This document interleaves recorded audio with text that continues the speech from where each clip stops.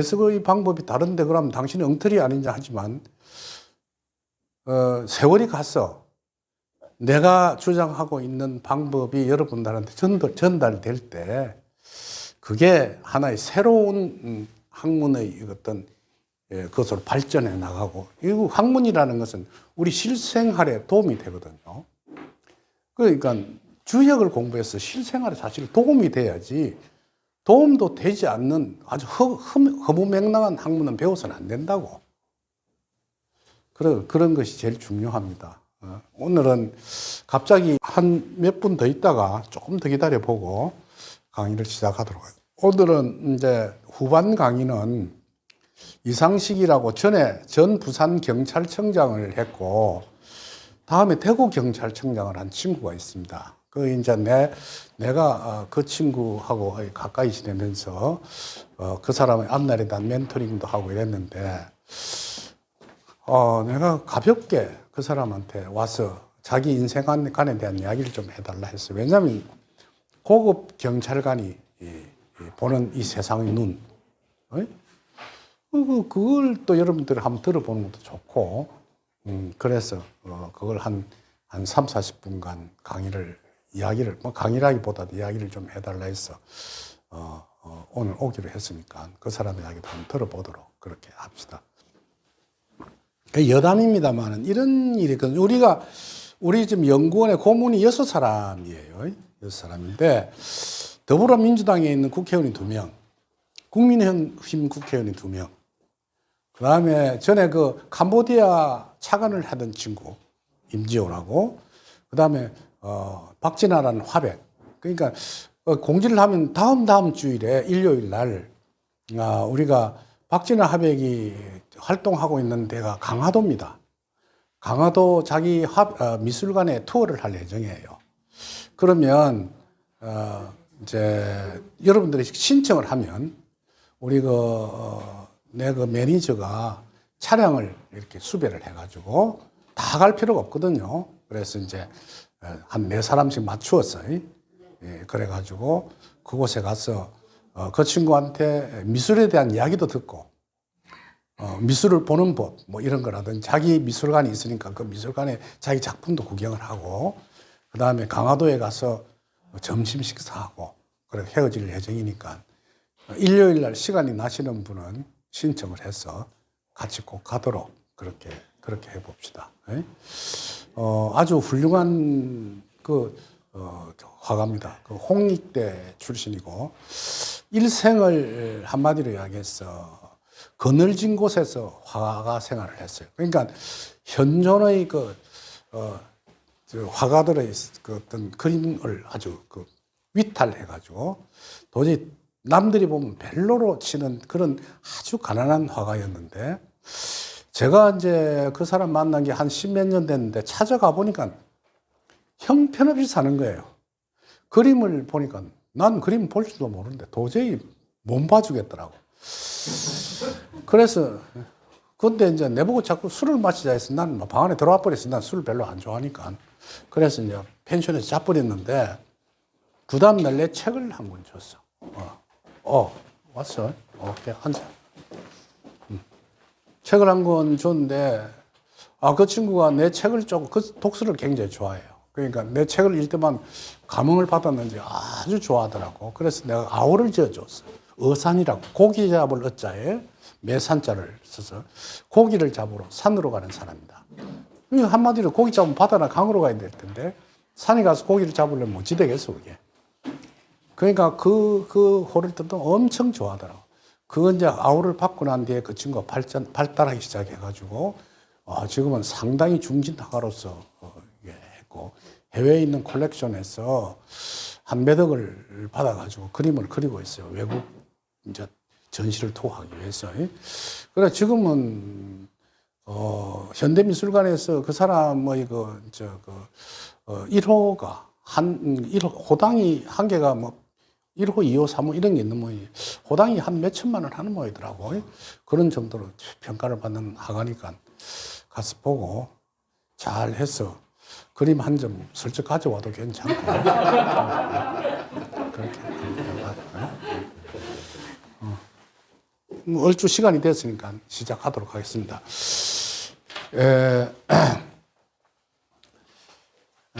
제가 조금 전에 이야기했듯이, 이제 근데 이 인생이라는 그 선택이 얼마나 중요하냐 하면, 그 국회의원 4명이 있는 중에 제일 힘든 친구가 우원식이었어요.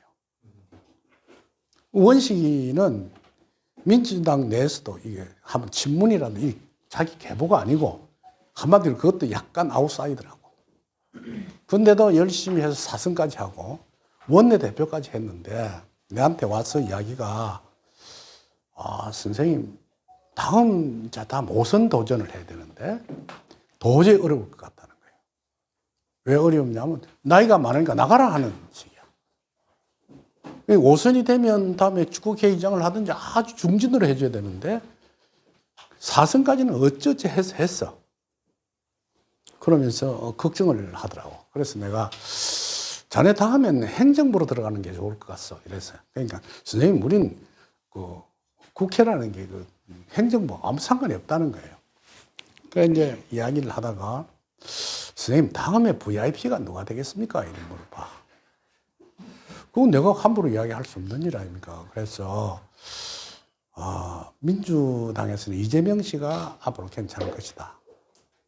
또 앞으로 VIP가 될 가능성도 제일 많은 사람이다.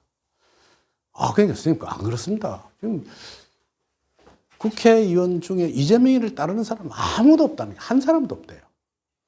그 사람은 국회의원 출신이 아니고 그냥 행정가 출신이 되니까. 그래요. 뭐 그렇게 이야기를 했는데 그 친구가 밤새 고민을 했단 말이에요. 그 다음날 즉시 자기 혼자 단독으로 이재명 지지 선언을 했어. 그 1호야. 국회의원. 그러니까 국회 안에서 막 난리가 났어. 당신 미쳤어. 뭐 이래 된 거예요. 이낙연이라는 사람은 국회에서도 5선 의원이었고 총리도 하고 뭐 당대표도 하고 뭐 그러니까 그 굉장했잖아요. 그게. 아니, 그 세력이 자기 혼자 그래 놓으니까. 근데 이재명이 볼 때는 막 천군만마를 얻은 거야. 적시 찾아가서 뭐라 하는 무슨 위원장인가 뭐 시키고 중진이 하여튼 최고로 쳐서 그때부터 이제 사람 활동을 시작했어. 그래갖고 사실은 후보가 됐어. 이 사람은 그 동시에 엄청스럽게 자기 바운드가 커졌어. 그래서 내가 그랬어. 자네 지금부터 몸 조심해라. 그래서 다음에 되면 자네는 총리다. 왜? 그 당시에 한 수의 선택이 그 사람 인생을 역전시키는 거예요. 여러분들도 교차로에 왔을 때, 인생을 살아가는 교차로에 왔을 때 어디로 가야 할 것인가를 확실히 선택하는 것이 여러분들 앞날에 엄청스러운 큰 어떤 변화를 가져오게 됩니다. 이게 제일 중요한 거예요. 사람은 누구나 사람을 살아가면서 한마디로 터닝 포인트가 있습니다. 터닝 포인트 코 있게 마련이에요. 제일 큰 터닝 포인트를 일으킨 사람이 마하트마 간디 같은 사람이에요. 인도의 아주 유명한 성자죠. 그 사람 그 성자 아니었어요, 절점에. 영국 유학을 해서 인권 변호사였어. 인도에서. 인도는 그때 영국의 지배를 받고 있었는데 그 친구가 아프리카 횡단 열차를 타고 남아공으로 가는 도중에 기차를 기다리고 있는데 기차를 타려고 하니까 백인이 깜둥이가 탄다고 굉장히 얻어맞은 거예요. 변호사인데도. 사실은 인도 사람이 그 깜둥이라고 하긴 좀 머쓱하다고. 깜둥이보다는 좀 덜하다고. 그때 이 사람의 생각이, 내가 해야 할 일을 그때 찾은 거예요. 그때부터 인도에 가서 인권 운동을 시작한 겁니다. 그러면서, 여러분 아셔야 될 게, 인도에는 힌두교가 많죠. 힌두교만큼 많은 게 시크교가 많습니다. 그 시크교가 불교하고 비슷해요. 그건 조금 달라요. 시크교는 무소유를 아주 중요하게 여겨요. 아무것도 안 가지는 것. 그러니까 물이 안 가지는 것 중에 제일 중요한 게 옷도 안 가지는 바람에 발가벗고 사는 시크교도가 많습니다. 그러니까 발가벗고 사니까 밑에 팬티를 안 입었을 것 아닙니까? 그리고 전나바람으로 돌아다녀요. 그러면서 하나도 부끄러움을 안 가지는 사람을 시크교도에서는 성자라 그래요. 그러면 그 빨가벗고 가는 성자의 뒤를 그 교도들이 여자고 남자고 따라다녀요. 우리 같으면 그 부끄러워서 못할 일 아니에요. 근데 우리나라는 안 되죠. 추위가 있기 때문에. 인도는 혼자 발가벗고 살아도 괜찮아요. 따뜻하기 때문에. 그런데 불교는 무엇이냐면 우리가 집착하는 거, 착이라는 걸 제일 중요하게 여겨요. 집착하지 말라는 거예요. 그러니까 성녀들은 한 절에 오래 살아도 그게 착이 생긴다. 집착이 생긴다는 거예요. 그래서 뜨돌이 중에 많습니다. 그 진짜 정말 원시불교의 사태. 그러니까 시크교도는 무소유.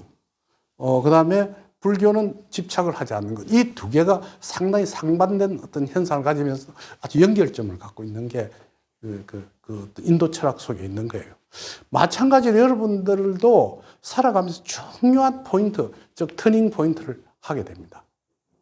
우리 연구원 중에서도 이지순 씨 같은 분은 자기가 보험회사에서 그 보험의 여왕까지 될 정도로 열심히 잘했어. 이거 아닌데 하면서 저분이 만들어낸 게 출판사예요.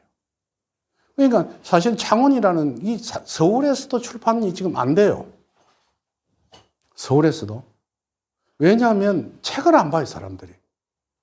그러니까 새로운 신간을 만들어내도 크게 그 히트를 치려고 하면 노벨상을 받은 책이라든지 세계 경제학자들이 쓴 아주 베스트셀러를 갖다가 엄청스러운 로열티를 주고 사가지 와서 그 번역을 해서 팔면 그게 어느 정도 팔려요. 그런데 우리나라 사람이 쓴 책은 잘 안 팔립니다. 그런데 그러면서도 그때 내가 돈을 버는 것보다도 이 창원에서 문화사업을 해야 되겠다 싶어서 출판사를 했습니다. 해가지고 제일 첫 번째 내한테 부탁을 한 게 선생님 주역책을 하나 창간으로 써야 되겠다 해달라는 거예요. 부탁을 받고 서울에 있는 내 그 기존 출판사에 있는 그 편집국 부장한테 이야기해요. 선생님 정신이 있습니까? 이래. 왜냐하면 해줘도 좋다는 거예요. 근데 그 출판사가 오래 안 간다는 거예요. 책 한 권 만들어 놓고 저기 팔릴만 할 때쯤 되면 출판사 죽어버린다는 거예요. 재정난으로 문을 닫게 되면 그동안 써놓은 책 그거 땅속으로 들어가 버리는데 왜 그 짓을 합니까? 그래도 내보고 아주 친밀하기 때문에 부탁을 해서 지금 새로 쓰는 주역 강의를 출간을 했습니다. 사실은 지방에서 저런 책을 만들어낸 그 출판사가 없어요. 그 책 한 권이 지금 3만 원 하는 거예요. 그래도 이야기를 들으니까 그동안 1년 동안 한 3천 권 팔았어. 그러면 사실은 본전은 뽑았다고. 그렇잖아요. 그죠? 투자금은 뽑은 거예요. 그럼 그 이후부터 나는 건 이제 이윤이 발생을 한다고. 그러니까 그렇게 됨으로써 2탄, 3탄 이렇게 만들어내게 되는 거예요. 그러면서 자기가 가지고 있는 영역의 퀄리티를 만들어내는. 그게 일종의 자기가 살아가는 인생에 있어서 어떤 회전을 해야 할 것인가를 선택하는 것이거든요. 여러분들도 그 선택점에 왔을 때 중요하게 자기의 선택을 하셔야 됩니다. 그럼 지금 우리가 주역을 공부하는 이유가 뭐냐면 주역은 세 가지의 길이에요. 나를 알자는 게 나를. 내가 어떤 사람인가? 나는 뭘 해야 할 것인가? 두 번째, 참 재밌는 게 상대를 알자는 거예요. 상대를 어떻게 아느냐? 역경은 보면 알아야 한다. 내가 이제 주로 강의를 하면 2시간 강좌를 하면 보통 90분 강의를 해요. 그럼 60분은 주역 강의를 하고 한 30분은 이제 질문을 받는데 그 법륜 스님은 정문적설을 해요. 물어보면 그게 뭐 불경의 어떤 구절에 의해서 설법을 한다고. 그런데 주역을 공부한 사람은 정문적답을 해요. 물어보면 즉시 답해야 돼요. 그걸 한단 말이에요. 그래서 상당한 호응을 일으키기도 합니다. 여러분들도 역경을 공부해서 사람을 착 보면 이 사람은 어떤 사람이라는 걸 알아야 돼요. 저는 주역을 공부하고 난 뒤부터 지금까지 살아오면서 한 번도 사기를 당해본 일이 없어요. 그러니까 정확하게 상대를 알고 자기의 길을 찾는 길이기 때문에 그런 현상이 일어나는 거예요. 세 번째는 강국지강해에서 세상의 흐름이 어떤가를 알아야 한다. 세상이 어떻게 흘러가는가? 다음 대통령은 누가 될 것인가? 국군은 어떻게 될 것인가? 언제쯤 되면 통일이 될 것인가? 이런 것도 전부 세상의 흐름 속에 다 들어있는 거예요. 이 세 가지를 아는 것이 역경의 제일 좋은 점이다. 그걸 알기 위해서 지금 공부하는 것이 오늘 이제 몽의장을 설명하려고 하는데, 몽이란 과연 무엇이냐 이러면, 몽이라는 건 요새 말로 하면 교육 이런 게 교육. 교육 속에는 공부하는 것, 뭐 학습하는 것, 강의를 듣는 것, 이 전부 다 교육 속에 들어가는 거예요. 그렇지 않습니까? 그 교육의 장의 설명이에요. 교육의 장이. 그건 교육은 어떻게 해야 될 것인가? 어떤 교육이 제일 중요한 것인가? 이래서 교육을 5가지로 역경은 나누어 놨어요. 5가지 중에, 그러니까 5가지 중에 한 가지가 참 재밌는 구절이 하나 있는데, 그것도 뒤에 물용친이라 해서, 이런 여자는 취하지 말라. 참 여자한테 폄훼하는 것 같이 보이지만, 포몽 속에 들어가면 포몽에는 모든 권한은 여자에게 주라 했어. 그게 제일 행복하게 사는 길이라 했어. 예를 들어서 집안의 모든 경제권을 여자에게 몽땅 다 갖다 맡기면, 지금 현재 여자들이 돈을 많이 쓰는 집안이 있어요. 왜? 목이 말라서 많이 씁니다. 그런데 내가 만일 10억이란 돈이 있는데, 여보, 뭐 이거 당신 알아서 쓰시오 하면서 몽땅 다 줘버리면 그때부터 돈을 못 써요. 그렇지 않습니까? 그 10억이란 돈이 있는데 그 중에 당신 알아서 쓰십시오 하면서 카드를 하나 준다고. 그럼 카드를 갖고 찔끔찔끔 쓰다 보면 보통 사람보다 많이 써. 자기도 모르게 쓰게 되는 거예요. 그런데 포몽은 어떤 것이냐면, 나중에 이제 설명하겠지만, 모든 권한을 여자에게 다 주라. 자기 부인한테 다 주라. 가정의 모든 이 흐름을 다 주면, 결국은 그 여자가 돈을 써가면서, 야, 그거 전부 다 내 거니까 얼마나 체계적으로 조심하겠어. 그 여자란 아끼는 그 부분이 있거든요. 그러면서 제일 중요한 것이 자식들의 교육에 더욱더 힘쓸 것이다. 역경은 그렇게 설명을 합니다. 자, 그러면 지금부터 주역에서 설명하는 교육에 대한 이야기를 해보도록 하겠습니다. 제일 첫째에 나오는 게 발몽이에요. 발몽.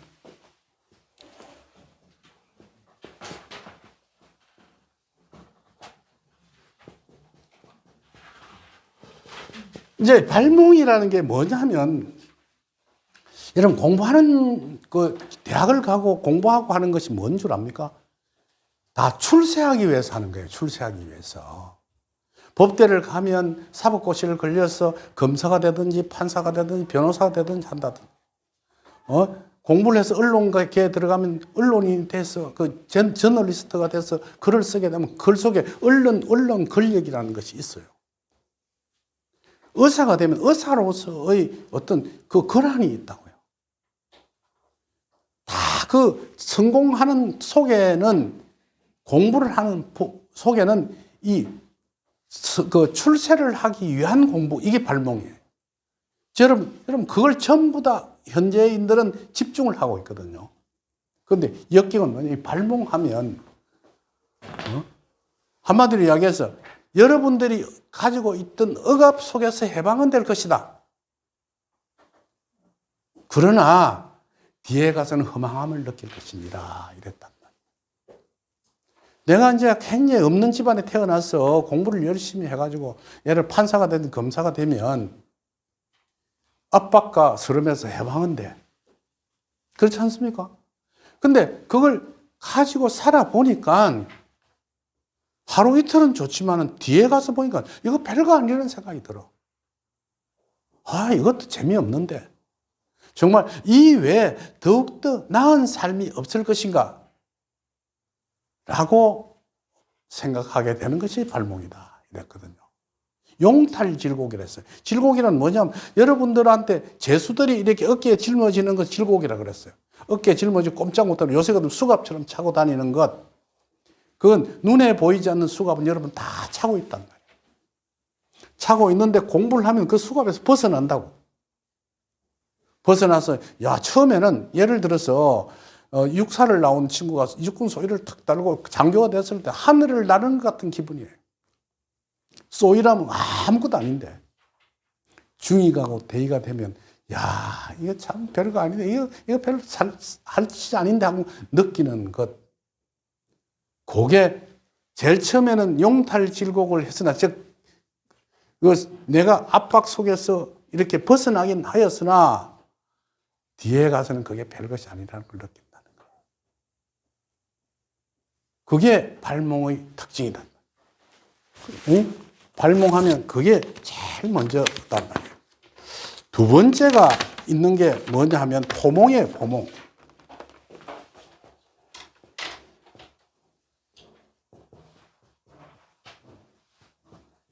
이제 아까도 이게 뭐냐면 봉한다는 것이거든요. 세상을 모든 걸 이제 포몽은 누가 가르쳐 주는 게 아닙니다. 참 저 사람 참 좋은 사람이야. 참 너그럽고 인자스러운 사람이야. 그 사람 곁에 가면 참 포근해. 이제 애기 엄마가 이제 애들한테 이야기. 자네 아빠가 참 좋은 사람이야. 그런데 어찌 보면 참 어리석어 보여. 좋은 사람이 어리석다고요. 어리석어 보인다고.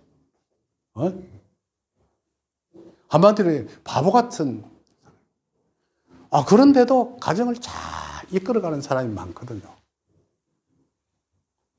그게 뭐냐면 그 포몽을 가지고 있는 사람, 아까도 이야기했듯이 자기가 가지고 있는 권한을 자기의 부인에게 싹 봐주는 거예요. 그러니까 옛날에 이제 시집을 가면 시어머니가 굉장히 시집살이를 시키고 난 뒤에 합격을 받으면 주는 게 뭔 줄 압니까? 곡간 열쇠를 준다. 이제 너 알아서 살림을 살아라. 그게 역경에서 나오는 포몽의 일이란 말이에요. 그러면 옛날에 사대부들은 뭐냐면 집안에 무엇이 어찌 돌아가는지 다 몰라. 곡간 속에 쌀이 있는지 무엇이 있는지 잘 모른다고. 그걸 짜임새 있게 살림을 사는 것이 결국은 부인이 하는 일이었다. 이 포몽의 역할이란 말이에요. 여러분 분명히 알아야 될 게요. 나도 이제 마누라가 있죠. 마누라 가정을 살아보는데 내가 버린 돈의 일부를 부인한테 줍니다. 주면서 씩 갖고 이 돈을 가지고 가정을 살아보. 언제든지 모자란다 그래. 여보, 그 요번에는 많이 남아서 한 30만 원 남아서 저금해서 하는 소리는 아무도 안 해. 여보, 아무리 쫄아서 살아봐도 요번에 또 적자예요. 이런 거예요. 그런데 어떤 집에 보면 나는 어찌 사는 거 이런 걸 모릅니다. 내 월급이고 집안 재산이고 몽땅 여자한테 다 줍니다. 그럼 다들 어찌 하느냐 하면 생각이 그 여자 들고 갖고 튀면 어쩌려 그래. 그런 집안이 많거든요. 몽땅 다 들고 빼먹고 텔레비도 그런 게 많이 나온단 말이에요. 다 빼먹고 남자는 거지를 만들려고 진짜 좋은 남자한테 가버린다. 이런 일이 있지만 그러한 부분에 있어도 역경의 이야기가 있어요. 그 지혜가. 어떻게 하라는 지혜가 있단 말이에요. 그러면 그게 이제 이 포몽의 조건이 무엇이냐 하면 제일 남자가 해야 할 일이 무엇이냐면 여자가 집안에서 제일 편하게 살도록 해줘야 돼요. 이 집만큼 내가 편한 데가 없다고 생각할 수 있을 정도로 가정을 운영하라는 거예요.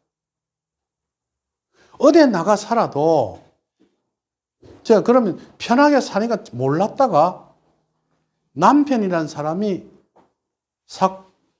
한 일주일이고 어디 출장을 갔다가 있을 때, 그때는 표가 나요. 군자란 어떤 것이냐, 군자지향이라는 것이 있는데 우리가 난향이라 하거든요. 난조 향기, 군자는. 그럼 여러분 난을 키워보면 그 창가에 난을 아주 예쁘게 키워. 냄새도 나고 뭐 이래 참 꽃도 이쁘다고 하지만은 별로 표가 없어. 그런데 어느 날 그 난조를 싹 없애버려. 다른 데로 옮겨 놓으면 그렇게 섭섭할 수가 없어. 야, 그게 있을 때는 별로 몰랐는데 없어지니까 정말 필요하네. 그게 바로 군자라는 거예요. 가정에 부부가 같이 살 때는 우리 남편이 정말 좋은 남편인지 정말 몰랐는데 사실은 떠나고 나니까, 잠깐 없어지고 나니까, 어디 출장을 갔다 오니까 그때 그 없는 그 자리가 그렇게 좋을 수가 없고 그리울 수가 없다는 거예요. 그게 남편이 가지고 있는 제일 큰 미덕이라 그랬거든요. 그러니까, 자, 그러면 여자가 이 포몽이 속에 남자하고 살아가면서 제일 행복을 느끼는 것이 무엇이냐 하면요. 우리가 불경에서 색, 성향, 미촉법 이런 이야기가 있어요. 근데 그 복잡한 이야기는 하지 말고 부인이 하는 이야기를 잘 경청해 주라. 그리고 그 이야기를 듣고 난 후에 칭찬해 주라.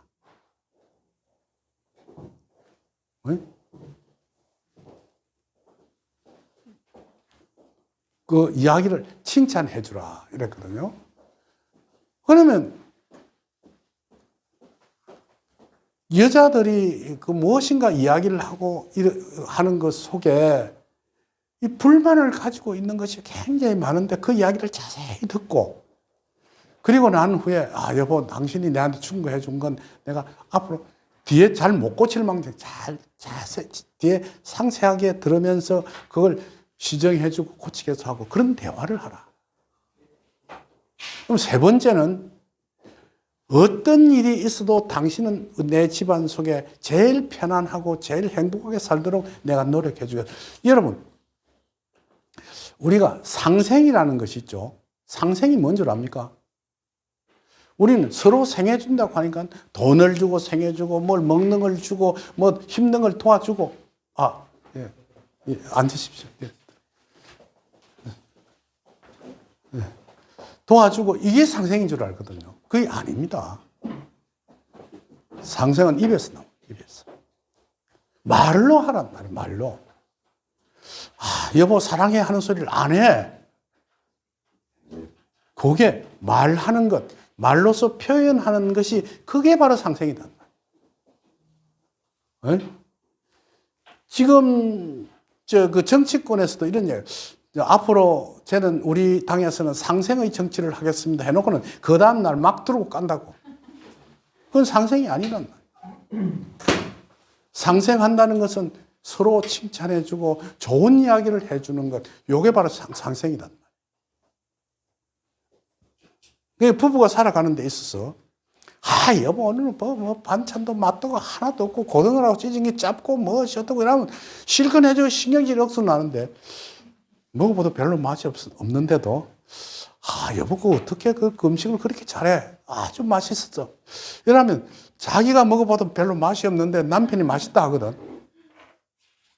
그러면서 둘이는 그 속에 서로 화합의 길로 이끌어 나가는, 그게 바로 포몽이란 말이에요.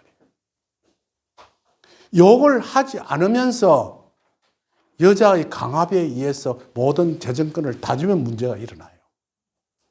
서로 그런 속에 아주 재미있는, 한마디로 상생의 기류를 타고 가정을 이끌어 나가는 속에 집안에 있는 모든 재산이라든지 이런 것도 개방을 하고 여자한테 모든 결정권을 주고 대화도 하고 이러면 절대로 낭비하거나 많이 쓰는 일이 없어집니다. 아셔야 될 것은요, 우리가 살아가면서 어떤 여자는 쫙하게 돈을 아끼는 사람이 있어. 어떤 사람은 막 쓰는 사람이 있다고요. 그 어디서 오는 줄 압니까? 어린 시절의 가정 환경 속에서 오는 거예요. 아버지란 사람이 아주 폭압적으로 팍 눌려 살던 집에서 뒤에 결혼해 오면 막 씁니다. 왜냐하면 그 속에 분출을 하게 되거든요. 지금 이제 코로나로 인해서 경제가 꽉 이렇게 매달려놨다 이래 풀지 않습니까? 폭발적으로 막 놀러 다닌다고. 예를 들어서 내가 이번 서울 올라오면서 좀 늦었어요. 왜 늦었나? 표가 없어. 한석이 있다는 거예요. 그것도 1시간 후에. 겨우 타고 올라왔어. 나는 전에 그 코로나 있을 때 오면 항상 표가 많아서 별로 신경도 안 썼거든요. 그러니까 한마디로 이야기해서 앞으로 이제 해외여행 이제 베이징 올림픽이 끝나고 나면 중국도 문을 열 거라고. 그럼 막 갈 거라고요. 이게 왜냐하면 분출 속에 일어나는 현상이거든요. 그런데 어떤 집안에 보면 부모가 자식을 키우는데 넉넉하게 해준 집이 있어. 얘들은 결혼해 오면 돈을 잘 안 써. 왜? 돈을 별로 쓸 필요가 없었으니까. 욕구 속에 그러한 것을 정확하게 부인의 지나간 과거를 생각해 보고 그걸 서로 치유해 주는, 그것도 일종의 정신적인 문제거든요. 치유해 주는 그런 역할을 남편이 해가면서 가정을 이끌어 나가는 걸 포몽이라고 합니다. 아주 중요해요. 그거는 학교에서 배우는 것도 아니고 교육으로 배우는 것도 아니란 말이에요. 아까 출세하기 위해서 배우는 것, 가정을 행복하기 위해서 배우는 것, 이게 두 번째 우리 교육의 방법이다 이랬어요. 자, 그럼 세 번째, 역경에서 이야기하는 것 중에 세 번째가 곤몽이라는 것이 있어요. 이게 곤란한 곤자의 몽자인데 이게 무슨 말이냐면요. 하기 싫은 일을 억지로 가르치는 집안이 있어. 어머니가 유독스러워 가지고 아들은 미술을 그리 하고 싶은데 억지로 해가지고 의사를 만든 사람 집안이 있다고. 그러니까 내가 한 번은 우리 집사람이 아파가지고 병원에 입원했을 때 병원에 갔는데 어느 의사가 나왔는데 막 얼굴이 아주 찌그러져 있어. 그러고 막 절겁질 안 해. 그럼 어떤지 하면 이제 이 친구가 이제 자주 와서 이야기도 하고 차도 한잔 마시면서 내가 쓴 책을 한 권 줬어. 그걸 읽어보면 선생님 저하고 뭐 상담을 좀 해도 되겠습니까? 왜? 사실은 쟤는요 정말 어린 시절부터 그림이나 조각 같은 이런 거 보면 그렇게 행복할 수가 없었는데 부모가 억지로 공부를 가해도 시키고 해갖고 그 부산에 있는 제일 들어가기 쉬운 의과대학을 들어가서 의사가 됐어. 본질적으로 머리는 좀 있는 친구는 의사는 된 거야. 그래서 이제 인턴을 하러 나왔는데 그 인턴하고 있는 그 규율을 못 견뎌내는 거예요. 주사기를 가지고 이게 예를 들어서 소독약을 바를 때 그 냄새가 싫대 그렇게. 자, 그럼 어떤 현상이 일어나느냐 하면 거기 뒤에는 면역이 나서 싫은 게 없어지고 좋은 것도 없어져요. 의무적으로 이제 의사 생활을 하게 되는 거예요. 그러니까 책에 있는 대로만 치료를 한다고. 사실은요, 쟤는 몸이 별로 안 좋습니다. 안 좋은 게 왜냐하면 당뇨를 앓은 지도 한 20년 됐어. 20년 됐다고. 당뇨를 앓으니까 심부전이 왔어. 심장의 부전, 그게 심근경색이라죠. 그래, 스탠스를 했어. 그죠? 그리고 난 뒤에 이제 당뇨가 또 어디로 가느냐 하면 콩팥으로 가서 심부전을 일으켜. 클로아틴 수치가 높아지기 시작해. 그렇죠? 그러면서 발바닥이 별로 신경이 없는 거예요. 그게 이제 뒤에 가면 발가락 썩어서 이제 자른다는 소리가 나오는 것. 그렇게 한마디로 신경계를 건드리는 일이 생겨. 그리고 눈물도 많이 나고 예를 들어서 운전을 하면 그 글자가 두 개로 보이기도 하고 이런 현상을 일으켜요. 야, 이거 큰일 났어. 근데 의사한테 이야기를 해보면 획일적인 이야기만 해. 그럼 이걸 어떻게 고쳐야 할 것인가? 아, 그럼 내가 역경을 공부하는데 했으니까 내가 왜 이래 됐을까? 사실은 내가 건강했으니까 무질서한 생활을 젊었을 때 많이 했어요. 많이 먹고 술도 많이 마시고 막 반항적인 생활도 좀 한 것이 예를 들어서 어느 날 그런 데다가 이제 제일 이 병을 일으키게 된 동기가 제가 딸이 4명이 있었어요. 4명이. 4명인데 제일 큰 딸은 이태리 유학을 갔어. 둘째 딸은 미대를 갔어. 셋째 딸은 골프를 해. 넷째 딸은 일본에 유학을 했어. 일본 와세다를 갔어. 아버지는 겨우 사주나 봐주면서 이렇게 사는데 애 새끼 4명이 이지랄을 했어요. 그런데다가 어머니는 우리 그 여동생이 미국에 갔으니까 미국에 가 있어. 그러니까 그러면서 그 생활을 계속해 나가니까 이 적자가 나기 시작을 하는 거 엉망이 되는 거예요. 그런데다가 골프한 계집애가 근 7, 8년을 그 선수 생활, 연습 생활을 하는데 한마디로 이야기했어요. PGA도 안 되는 거예요. 에?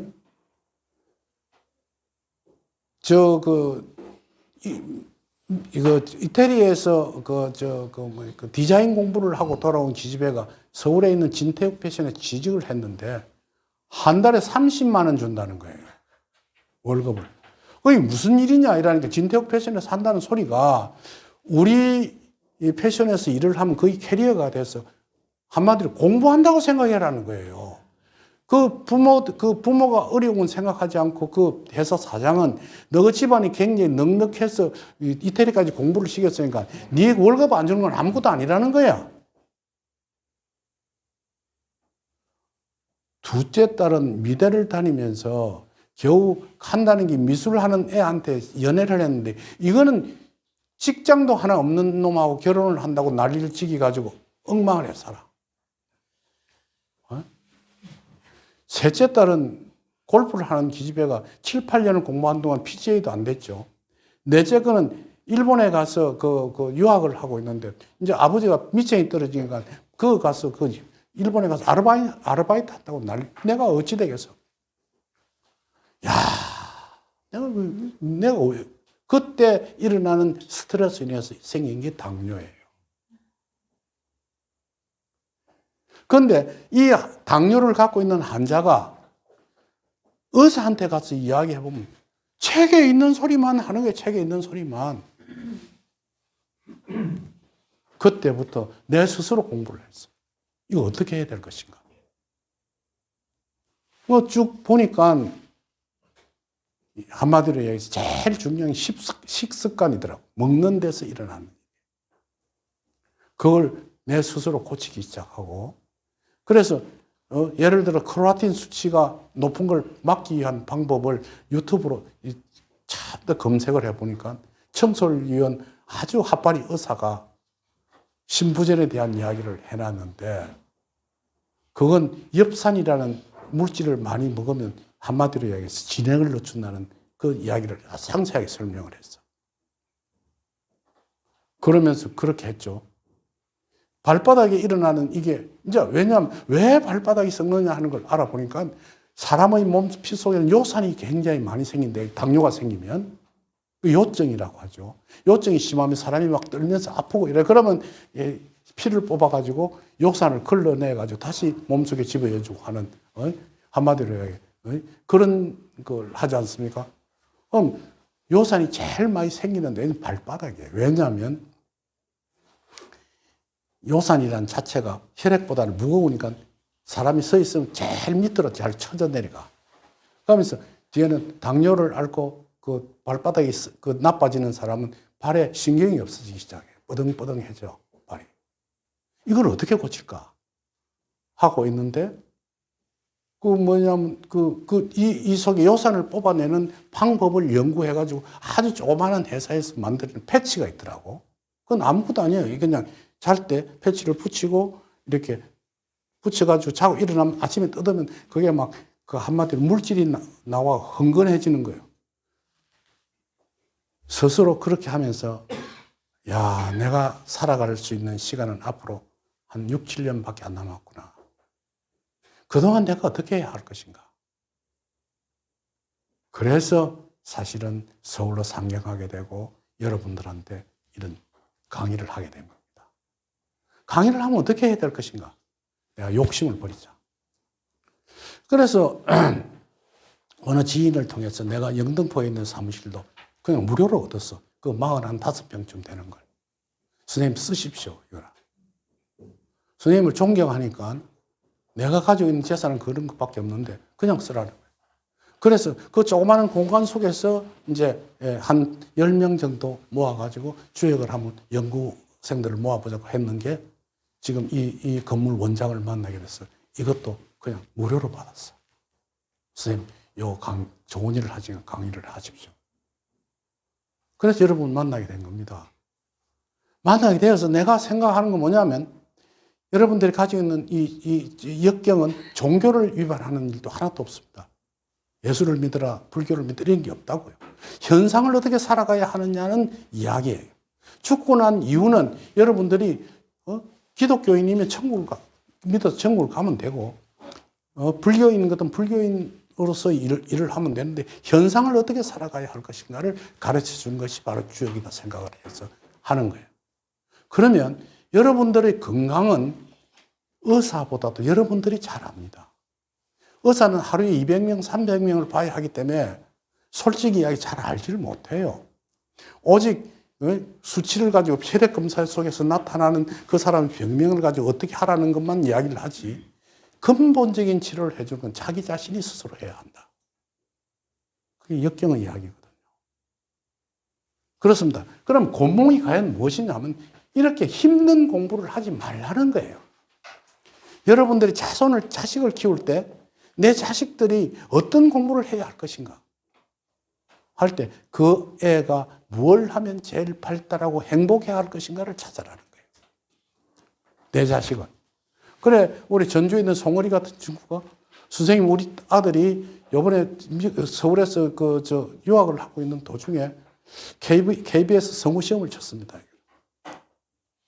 내가 역경으로, 주역으로 자세히, 주역을 공부한 자로서 이 친구 아들을 볼 때 합격하겠더라고.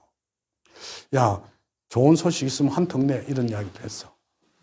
그 애가 사실은 KBS에 들어갔어요. 그 애는요, 돈이 문제가 아니고 그게 행복한 거예요. 그 일을 하면서. 행복한 자기 일을 열심히 하면 그 일에 집중을 하고 계속 개발해 나가기 때문에 그 분야에 최고로 성공할 수 있는 법입니다. 의사가 환자하고 같이 희노애락을 같이 하면서 대변을 못 보고 있는 의사, 환자의 장갑을 끼고 똥구멍을 쑤시면서 대변을 끄집어내서 치료를 하는 그걸 행복으로 느끼는 의사라야만이 의사가 성공을 할 수 있다는 거예요. 그렇지 않습니까?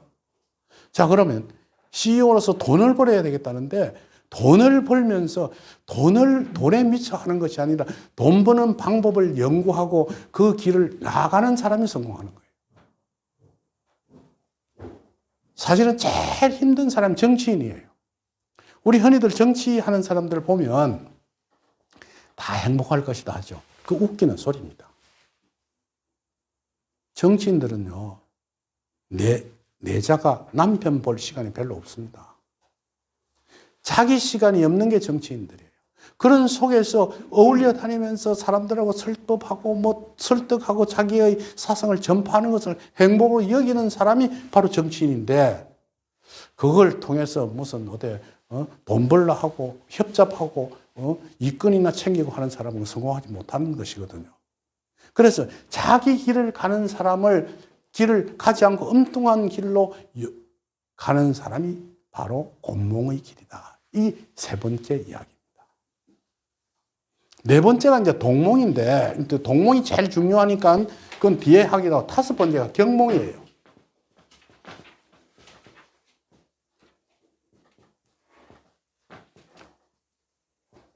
경몽이 뭐냐면, 우리 율곡 선생 예, 경몽요결이라는 것이 있죠. 이 경몽이 뭐냐 하면요. 정치를 하는 사람이 아주 높은 학문을 가르쳐 주면 이 골아파. 질서정연하게 사람들이 법에 맞추어 살 수 있도록 가르쳐 주는 것이 바로 경몽이라는 거예요. 네? 그 경몽이라는 것은 무엇이냐 하면 어찌 보면 정치가들이 편의에 의해서 정치의 방법을 할 수 있는 것이고, 두 번째는 그렇게 질서를 지키게 함으로써 질서의 치안과 질서를 유지하게 함으로써 사회가 안정되도록 만드는 것이 바로 경몽이에요. 그 경몽이 심해지면 그게 독재 국가가 되는 거예요. 그게 너무 느슨하게 풀어놓으면 이게 뭐 한마디로 자유방임주의가 돼가지고 날마다 데모하고 우리가 베네수엘라 같은 나라가 된다 이 말이에요. 이게 경몽이란 말이에요. 이 다섯 가지를 교육해 놓은 것이 역경의 이야기인데 네 번째가 동몽이거든요. 네 번째 이 동몽이라는 것이 과연 무엇이냐? 아기의 동자에 이 우리 몽자는 아까 교육이라죠. 애 교육이라는 게 뭐냐면 순수 교육이라는 것입니다. 이제 제일 첫 번째 이렇게 하거든요. 주역의 몽은 이랬거든. 동몽은 비하구 동몽, 동몽구화 뭐 이런 이야기가 있습니다. 그리고 초서이거든 곡하고 제3이면 독이면 독적 불곡인 이 동몽에 대한 이야기예요. 동몽이란 과연 무엇이냐? 아마 우리가 순수한 정신세계의 공부를 뜻합니다. 이제 그러면 최상의 공부가, 최상의 길이 과연 무엇이냐라고 설명하면 그게 동몽의 길이다. 순수한 공부를 하는 것이다. 그래서 순수한 공부를 하는 것이 무엇이냐 하면 흔히들 말하면 우리 신학, 철학 이런 게 전부 다 그 동몽에 속해요. 동몽에 속하는데 이게 한마디로 굉장히 높은 학문이기도 하고 한번 제일 저질이기도 하고 이래요. 제가 역학자란 말이에요. 주역을 공부한 사람이에요. 그래서 저는 주역을 공부한 사람, 그 점치는 사람이랍니다. 그럼 내 사주 어떻게 했어? 이리 물어봐. 얼마나 내 속이 속알이 뒤집어지는 소리인지 모릅니다. 그래도 난 웃지. 모르니까. 그럼 동몽이란 과연 무엇이냐? 여러분들이 도를 통하기 위한 공부란 과연 무엇이냐?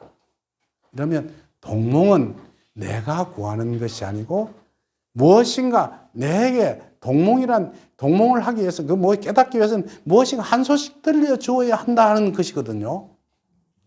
그러면 면벽심련을 하고 가만히 성녀가 있으면 무슨 소식을 하나 탁 깨달음을 주는데 그게 바로 도통이다.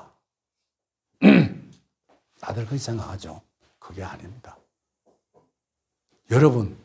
여러분들이 듣고 있는 지금 교육의 상태, 그건 왜냐하면 여러분들이 깨닫는 것이 아니라 내라는 객체가 여러분한테 전달해 주는 겁니다.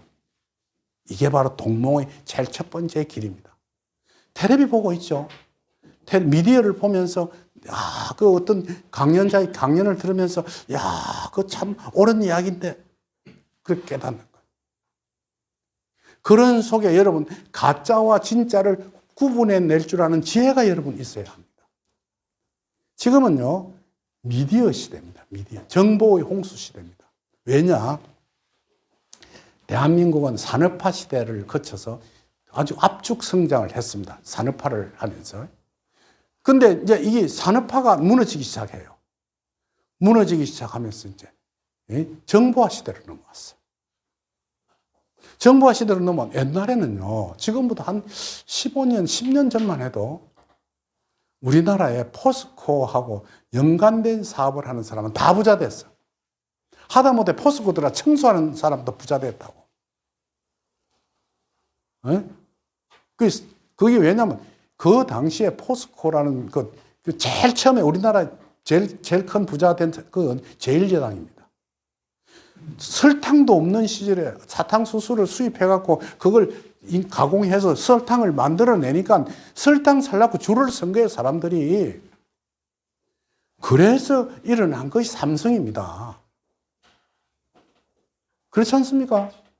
이제 그렇게 하면서 두 번째, 대구의 섬유 산업이 발전하기 시작했어. 그래갖고 제일모직, 경남모직, 이게 뭐 굉장히, 그러니까 5.16 혁명이 일어나서 혁명의 그 경제 구조를 결정보면 제일 첫째 육성해야 할 게 섬유 산업이에요. 그런데 지금 대학에서 섬유학과라는 게 없습니다. 우리가 대학 다닐 때 제일 들어가기 어려운 학과가 섬유학과, 또 뭐, 화공과, 뭐 이런 게 제일 어려웠어요. 지금은 대체 사라져버렸어. 그런데 현재는 옛날에 재계 순위가 포스코, 뭐 어쩌고 뭐야 전부 다 산업사회의 그 기반을 갖고 있는 기업인데 지금은 제1위가 카카오. 그렇지 않습니까? 그죠? 세계적인 것도 애플. 지금 이제 그 현대차 하는 게 올라가죠. 왜냐면 그게요. 산업화의 것하고 정보화의 세계하고 합쳐진 거예요, 그게. 왜냐면 자동차가 자율주행을 하고 새로운 전부 다 옛날에는 우리가 그 기아를 엮는 그 짝대기 자동차를 몰고 다니지 지금부터 자동화된 그 쉽게 이야기해서 그 차가 없었거든요. 그것도 이제 모자라서 자율주행을 넘어가. 얼마 안 있으면 자동차 사고 자 주소만 입력하면 그대로 가는 차가 나온다고. 제가 자동차를 바꿀까 이렇게 문의를 하니까 선생님 2년만 기다리십시오. 2년 후에는 그러니까 2023년에는 자율주행 레벨 3 정도가 나옵니다. 그거 타시 지금 말라고 살라고 하면 조금만 고생하십시오. 있는 차대로 타고 다니고. 그러면서 유튜브에 보니까 지금 현대차에서 4단계 자율주행의 시범차가 주행을 하고 있더라고요. 그게 정보화 시대란 말이에요. 이 정보화 시대가 여러분들한테 주는 엄청스러운 정보를 여러분들한테 제공해 준다고. 그게 제일 많이 주는 게 유튜브예요. 그렇지 않습니까? 그걸 걸핏하면 지금요, 텔레비에 그 뉴스 보면 전부 다 그 별로 재미가 없고 유튜브 보면 아주 진해. 흑백이 확 갈라지고 뭐 그렇단 말이에요. 그런데 그 유튜브를 주는 것이 동몽이 내한테, 동몽의 세계가 내한테 주는 것이다. 그 주는 것을 여러분들이 머릿속에서 걸러야 한다. 가짜하고 진짜를 걸을 줄 아는 지혜를 가져야 한다. 아시겠습니까? 그런 속에서 도인이 나오는 거예요. 한 번은 한국기원이라고 했죠, 서울에 가면. 그게 이제 우리나라의 최고의 바둑 고수들을 만들어내는 그 기원입니다. 그 기원에 어느 도인이 하나 찾아와서 내가 20년간 산중에서 바둑 돌을 닦은 사람인데 내하고 한 수 두세 이러니까 한국기원에서 긴장을 바짝 했어. 그래갖고 그 프로 3단하고 딱 붙였는데 이게 뭐 상대도 안 되는 거예요. 자기는 막 술을 막 부리가 뜨는데 그 사람이 가만히 보니 이거 완전히 하수야. 산중에서 20년간 바둑을 그 자기 딴하는 그 연마했다는 친구를 보니까 그 하수란 말이야. 그러면 나가면서 내가 20년을 허송세월 했나 하면서 나가더라는 거예요. 자, 그러면 봅시다. 최고의 고수가 그 한국기원 속에 있어요. 이세돌이라든지 이런 게 다 있단 말이에요. 그런데 AI한테 집니다, 지금. 그렇지 않습니까? 지금 바둑의 최고 고수는, 그 바람에 바둑이 인기가 다 떨어져 버렸어. 기계하고 붙어서 지는데, 그 이세돌이가 3판 2승제를 하는데 겨우 1승 한번 한 걸 가지고 세계적인 뉴스거리가 됐어. 근데 지금은 이세돌이가 100번 달라들어도 안 돼. 그 뒤에는 더 보완을 해가지고 더 데이터를, 그 빅데이터를 합류시켜 놓은 거예요. 이게 바로 동몽이다. 동몽은 따로 있는 것이 아니고 우리 세계 속에 있단 말이에요. 우리 세계 속에. 여러분들이 공부하는 속에 있고 여러분들이 현실 속에 있다는 거예요. 제발 나는 산중에 들어가서 산삼 캐가지고 먹고 그게 한마디로 이야기해서 자연이 나는 거예요. 거기 말이나 되는 소리입니까? 솔직히 이야기해서 이 좋은 세상 속에 여러분들 지혜롭게 살면 좋은 차 탈 수 있고 좋은 집에 들어가면 따뜻한 물 나오는데 목욕할 수 있고 편안한 침대에 자고 아프면 병원에 가고 얼마든지 살아가는 이게 바로 천국인데 그 천국을 버리고 산중에 들어가는 그게 동몽이 아니단 말이에요. 우리 현실 속에 그 정보를 여러분들이 충분히 귀 앞에서 머릿속에서 작동을 하는 것 이게 바로 동몽이다. 근데 제가 이 책대로 하면 면벽 10년에서 도통하는 그 돈어가 아니에요. 현실 속에서 행복을 찾아라. 내가 요새 그 박만경 씨가 요새 일이 잘 되고 돈을 잘 버린 그게 바로 동몽 얻는 길이야. 여러분들이 세상을 살아가면서 돈을 벌어 성공하지 않습니까? 바로 그게 도인의 길이다. 실패하는 사람 그 도인 아니에요. 그 엉터리라고 솔직히 이야기해서. 부처님 앞이면 서울대학 갈지 그 어리면 공부 열심히 해야 서울대 그래도 서울대학 못 가. 그 갈 수 있는 사람이 있단 말이에요. 그 갈 수 있는 사람이 앞으로 점점 이상해져. 옛날에는 IQ 좋으면 서울대학 갔어. 잘 외우면 갔다고. 이제는 그게 한계가 있으니까 그걸 GQ로 변환하고 있는 중이란 말이에요. 그러니까 이 세상의 흐름 속에 내가 잘 발을 맞춰 사는 것, 그 사람이 성공한 사람이다. 근데 우리 이거 연구원 중에 건승규 씨 같은 경우는 그 예를 들어서 삼성에서 열심히 그 노력을 해서 그 속에서 좋은 직장에 다녔지. 그 영원히 다녔으면 저 사람 도인이 아니에요. 가감히 털치고 나와서 자기 사업을 해서 돈을 벌고 자기 길로 가는 것. 그 속에 더욱더 열심히 해서 더 성공하고 더욱더 변화를 일으켜서 내가 가지고 있는 최첨단의 길까지 올라가란 말이에요. 여러분들은 제일 중요한 게 있습니다. 주역을 공부하면 마치 혹세무민해서 여러분들이 가지고 있는 그 성공의 길이 그 속에 있는 줄 알기는 절대 아닙니다. 이 공부를 하는 것 중에 제일 중요한 게 동몽이라고 하였는데 이 네 개를 전부 다 답습한 것이 이 속에 들었다는 거예요. 여러분, 도라는 것은 멀리 있는 것이 아니고 내 가까이 있다. 내 부인하고 아주 행복하게 지내고 잘 지내는 그 어떤 길을 만들어내는 것도 일종의 동몽이요. 자식을 잘 키워내는 것도 일종의 도를 구하는 도인의 길이다 이 말이에요. 내 스스로가 건강을 잘 유지해서 건강하게 사는 것도 도인의 길이다. 여러분, 제가요 얼마나 엉망으로 살았으면 내가 사람 이빨이 있는데 20개가 임플란트예요. 20개가. 그러니까 내가 이 부모 원망을 억수로 했어. 내가 잘못 낳아줘가지고 말이야 이빨이 막 금방 다 빠져가지고 흔들거리고 그때만 해도 건강이 굉장히 나빴어. 근데 내게 찾아오는 치과 의사가 하나 있었어. 이 친구가 정신질환을 앓고 있었더라고. 그래가 그 정신질환을 앓고 있었는데 어떤 질환이냐면 일종의 조울증 환자예요. 그 조울증이라는 게 뭔 줄 압니까? 기분이 좋으면 기분이 엄청 좋고 우울증은 우울해지면 바닥까지 깔아앉는 거. 이게 조울증이란 말이에요. 제일 살기가 힘든 사람은요. 여자가 연애를 하는데 이 금방 울다가 금방 웃다가 이러면 정신없는 것 아니에요. 그 미친 사람이라 한단 말이에요. 그게 조울증이란 말이에요. 이 친구가 조울증에 시달리고 있었어. 근데 그 구본영 선생을 찾아가 선생님 내가 이렇게 힘들고 이렇게 어렵게 살고 어쩌면 좋겠습니까? 그러니까 그 사람이 자네가 그때 그 사람이 마산에 있었어. 부산대학교 의과대학을 나왔는데 가까이 사니까 내를 찾아가라 한 거예요. 이제 내 선생님 구본영 선생님이 와서 선생님을 만나러 왔습니다. 이제. 근데 내가 보니까 이 사람이 그 병을 앓고 있어. 조울증 간단합니다. 고치는 방법.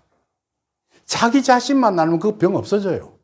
자기를 모르기 때문에 생기는 병이 그 병이에요. 그래서 자세히 조울증에 대한 설명을 했어. 자네가 쓸데없는 생각을 한단 말이야. 쓸데없는 생각. 그러면서 장시간 이야기를 하고 보냈어. 근데 이 친구가 얄밉게도 사실은 난 그 상담해주면 몇 푼 주는 것 갖고 먹고 사는데 그냥 입 싹 닫고 가버리는 거야. 그래서 이제 그러고 나한테 또 와. 또 열심히 했어. 그러고 보냈어. 근데 왜 열심히 했느냐면 내가 돌아가셨지만 구본영 선생을 참 존경하니까. 어느 날 의사라기에 자네 내 이빨이 지금 형편없는데 이거 어쩌면 좋겠나 하니까 이제 그때 그 친구가 어떤 일이 생겼냐면 선생님 자기가 진해에 상가를 한 100몇십 평 이렇게 분양을 받아놨는데 그 병원을 지으려고 하고 있으면 되겠습니까? 하지 말아라. 하면 망한다네. 그럼 어떻게 하면 좋을까요? 울산으로 가거라. 울산에 가서 월급제 의사를 해라. 이랬어. 그래 가서 울산에 있는 CK병원에 이제 동구에 있는 CK병원에 취직을 했어. 근데 이 친구가 거기 조합이 맞았던지 그 원장하고 굉장히 이 합이 좋아가 열심히 하는 거예요. 지금은 CK병원장이에요. 그 애가. 그러니까 선생님 근데 난 사실 돈이 없어서 임플란트 잘 못하는다니까. 선생님 우리 임플란트 그냥 시험 삼아 하라고 그 샘플을 많이 줍니다. 그거는 해드릴 테니까 오십시오. 이래. 그래서 염치 불구하고 찾아갔어. 찾아가니까 이 CT를 찍어보던 선생님 이빨 하도 못 쓰겠는데 하더만 허락도 안 받고 몽땅 다 뽑아버렸어. 네? 그럼 뽑아버리면 바로 꼽아줘야 될 텐데 잇몸이 하나도 없어서 그 임플란트를 할 수가 없어. 그럼 뽑아놓고 맨몸 사는 그러니까 그 내 피를 뽑더만 어떻게 이 속에다가 이 인공 치아를 만들어 주더라고. 그래 고생을 억수로 했어. 그래가지고 맨 처음에 밑에 9개의 임플란트를 시술을 하더라고. 그런데 이 친구가 내를 시험 삼아 하는 거예요. 어떻게 하느냐면 그 당시는 오래됐어요. 틀니를 만들어. 이게 끼우는 틀니를 만들어 구멍을 9개를 꼽아. 하루 만에 그걸 왕창 다 꼽아버리는 거예요. 이게, 와, 지금 그 친구는 그걸 이제 왜냐면 중국에다가 자기가 하기 위해서 한 거라. 그래 놓고 이제 1차적으로 이걸 완성을 시키는데 우에 이빨이 엉망이야.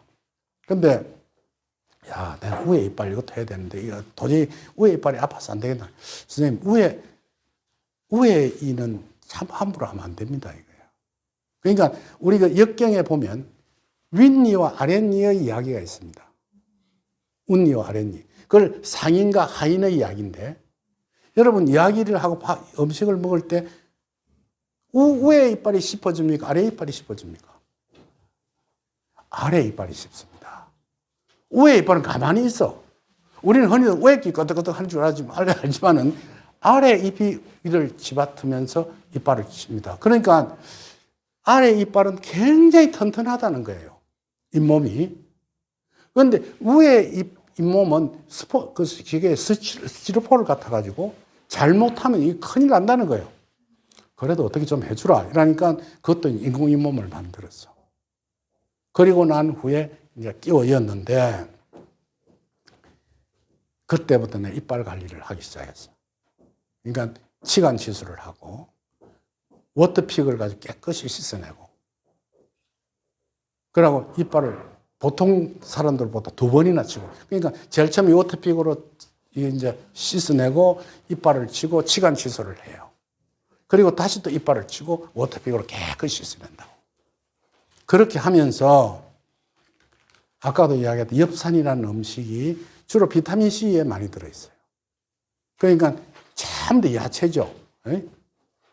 그러니까 칼라푸드죠. 칼라푸드를 매일 먹어. 그러니까 이 몸이 좋아지더라고. 그러면서 임플란트를 한 지 12년이 됐는데 끄떡도 안 했죠. 그래, 보통 임플란트를 하면 10년쯤 되면 다시 해야 된다 하더라고. 근데 가서 CT를 찍으면 깨끗해. 단지 이 친구가 뭐냐면, 선생님, 뒤에는 위에 있는 사기로 된 이빨이 자꾸 깨지고 이러니까 뒷날 가서 이 위에 거는 갈아야 될 겁니다, 이거야. 밑에 임플란트는 그대로 살아있으면 그건 두고. 그렇듯이, 내가 지난 과거에 부모님을 원망했더만 내가 이빨을 보존을 잘 못하고 원래 생리를 엉망으로 만들었거나 내 자책감을 느끼게 된 겁니다. 여러분들도 마찬가지예요. 네? 한마디로 얘기해서 이 세상을 살아가는 데 있어서 모든 책임은 여러분 속에 있습니다. 그러면 여러분들이 내하고 같이 영원히 잘 살려고 하면 성공해야 돼요. 성공해야 돼. 성공하는 길은 제일 첫 번째가 역경의 이야기, 경제적인 성공이에요. 경제가 엉망이 되면 안 된단 말이에요. 먹고 사는 게 그 개판이 되면 그건 뭐 솔직히 얘기해서 돈도 없는 친구가 선생님이 못 자고 오면 내가 싫어. 좀 있는 친구가 와서 안 주더라도 폼을 재면서 오면 좀 좋고. 솔직히 이야기해서 소도 언덕이가 비비되듯이 있는 놈한테 붙으면 밥이라도 한 그릇 얻으면 아무리 구두쇠라도 없는 거한테 가면 내 것 주어야 돼. 여러분 다 성공해야 돼요. 두 번째는 내가 정서적으로, 가정적으로, 인간적인 성공을 해야 됩니다. 인간관계를 잘해야 된다. 제일 첫 번째가 내 부부간의 일, 내 자식과의 이야기. 그리고 여러분 아셔야 될 게요. 역경은 이제 이 이야기가 나와서야 하는 이야기. 역경에서 제일 조심해야 하는 사람이 누군 줄 압니까? 제일 첫 번째 친구예요, 친구. 두 번째는 형제예요. 요거 절대 조심해야 됩니다. 여러분들이 아셔야 될 건요. 친구 좋아해서 자꾸 집에 들어오고 들럭날럭 하는데 내가 여태까지 그 사람들을 상담해 본 결과 자기 마누라 자꾸 찝쩍거리고 건드려서 가정 파탄 일으키는 사람이 누구냐면 그 남자의 친구들이 그래요. 첫 번째 그렇습니다. 형제에게 여러분들이 가지고 있는 사업을 맡기면 안 돼요. 맡기는 그 순간 거기 쉽게 해서 도적으로 변해. 그 형제는 각각 경쟁하듯이 자기의 길로 가도록 만들어주고 나는 오직 내 스스로 나의 길을 간다 생각하고 제일 중요한 것은 내 가족과 더불어서 아주 유용한 나의 길을 가도록 만드는 것이 제일 중요한 길이라고 여러분들 아셔야 합니다. 아시겠죠? 네. 그러니까 이런 공부가 다 있어. 네? 조금 있으면 뒤에 우리 옛날에 부산경찰청장도 하시고 지금 대구경찰청장을 하다가 오늘 잠깐 여러분들하고 대화를 좀 해달라고 부탁을 한 분이 있는데 그분 이야기면 경목 이야기를 제일 많이 할 거예요. 질서 이야기, 치안 이야기. 그렇잖아요, 그지? 근데 그보다도 더욱 중요한 것은 내 스스로의 길을 내가 스스로 찾아야 한다는 거예요. 그리고 부부가 제일 화합할 수 있는 길은 부인이 나의 곁에서 제일 행복하고 제일 편안한 길을 만들어 주어야 한다는 것이 부모 이야기다. 절대로 어려운 짓을 자식한테 시키지 말고 내 스스로도 힘든 공부를 하지 말아라. 대도 안 하는 일을 자꾸 하려고 한단 말이에요. 어떤 여자, 오늘도 누가 찾아오고, 선생님, 내가 앞으로 공부를 해서 사람들하고 상담도 좀 하고 이랬으면 좋겠는데, 이야, 참, 그 상담이라는 게요. 왜 어려운 줄 압니까? 상대가 찾아오는 게 똑같은 사람이면 상담이 되지. 똑같은 그것만. 아침에는 술집 여자가 왔다가, 뒤에는, 지게꾼이 왔다가, 또 뒤에 사학가가 왔다 하는데, 각각 다 달라. 술 장사를 하는 사람이 찾아오면, 술 장사의 희노애락을 알아야 돼. 그렇잖아요. 의사가 찾아오면 의사의 애로를 알아야 한다고. 그게 각각의 공부란 말. 그게 어떻게 하느냐 하면 여러분들이 다 같은 책을 읽든지 미디어를 보든지 다른 외부의 생각으로 그 정보를 머릿속에 넣어야 그 사람과 상담할 수 있는 거예요. 그리고 요 속에 아주 재밌는 부분이 하나 있습니다. 물용친의라 했습니다.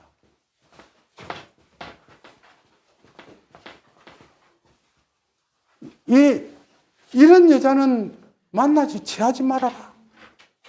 그 여자분들은 조금 좀 미안한 이야기인데 남자분들은 왜냐하면 이제 나이가 들었으니까 이제 그런 일이 없겠지만은 하루에 여자하고 사랑해 본 사람이 있습니까? 다 그게 뒤에 상처로 남습니다. 왜냐하면 여자가 남자한테 관계나 연애를 하면서 경제적인 생각을 하게 되면 그때는 타락하게 된다고 해놨어요. 역경에서. 그런 사람하고는 취하지 말아라. 그게 아주 중요해요.